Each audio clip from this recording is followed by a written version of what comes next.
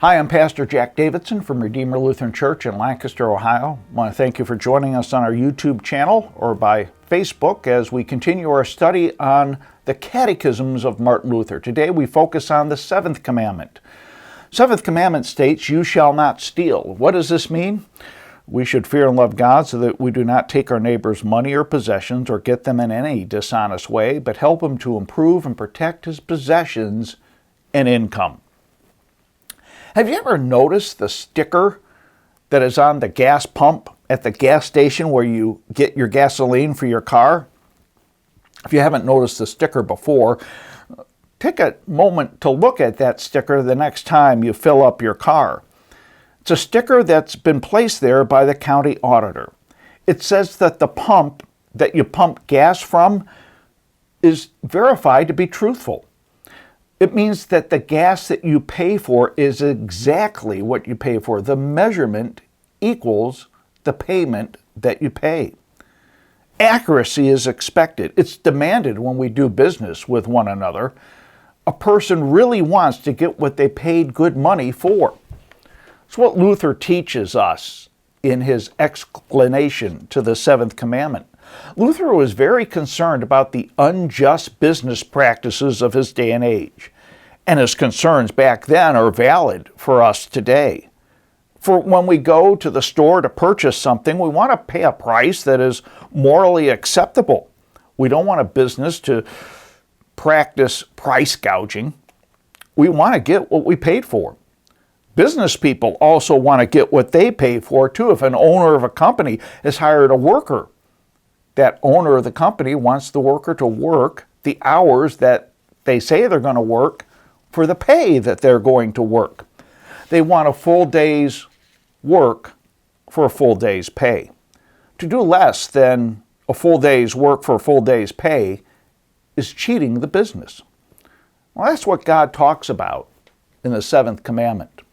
God commands that we do not steal, and Luther puts it this way: we should fear and love God so that we do not take our neighbor's money or possession or get them in any dishonest way, but help him improve and protect his possessions and income.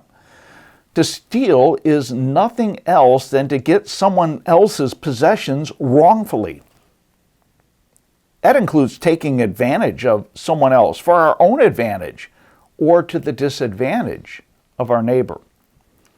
Luther, in his large catechism, attacks unfair business practices. Whether it be a lazy worker taking advantage of his boss or a salesman cheating the buyer by selling broken merchandise, or even someone using false measurements so you don't get what you paid for, or maybe even just using a clever trick to deceive and cheat people out of their good hard-earned money, all of this is forbidden in the seventh commandment. Luther doesn't pull any punches when he writes, to sum up, this is the most common trade and largest union on earth. If we consider the world through all the conditions of life, it is nothing but a vast, wide sales booth full of great thieves.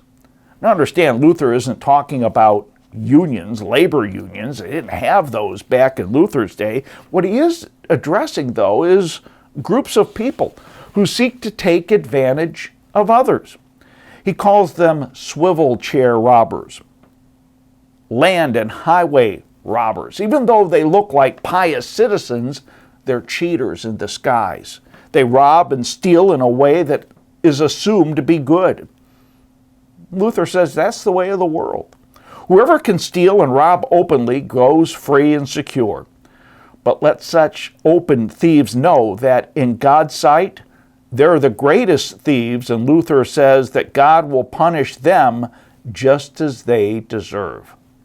So what does God expect of us in the seventh commandment?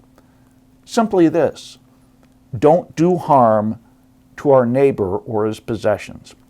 We're called to faithfully preserve his property for him, secure it, and promote its well-being to his advantage. This is especially true when someone accepts money and wages and deals with someone's livelihood. As Luther likes to say, God isn't joking when he issues this commandment. Rather than trying to take advantage of one another, Luther says, that we are to remember the Lord's Prayer, that we're to forgive those who do us wrong and show pity and mercy to all. But especially we're to show mercy and pity to the poor. As God is merciful to you, you are to be merciful to everyone, including those who are not as fortunate as you are. For God promises rich blessings to those who remember the poor, just as Solomon writes in Proverbs 19, "Whoever is generous to the poor lends to the Lord, and the Lord will repay him for his deed." The Lord will take care of you, and He'll make certain that you'll have everything that you need to support this body and life. So when you see someone in need, be merciful to him, just as the Lord is merciful to you. Do unto others as you would have them do to you.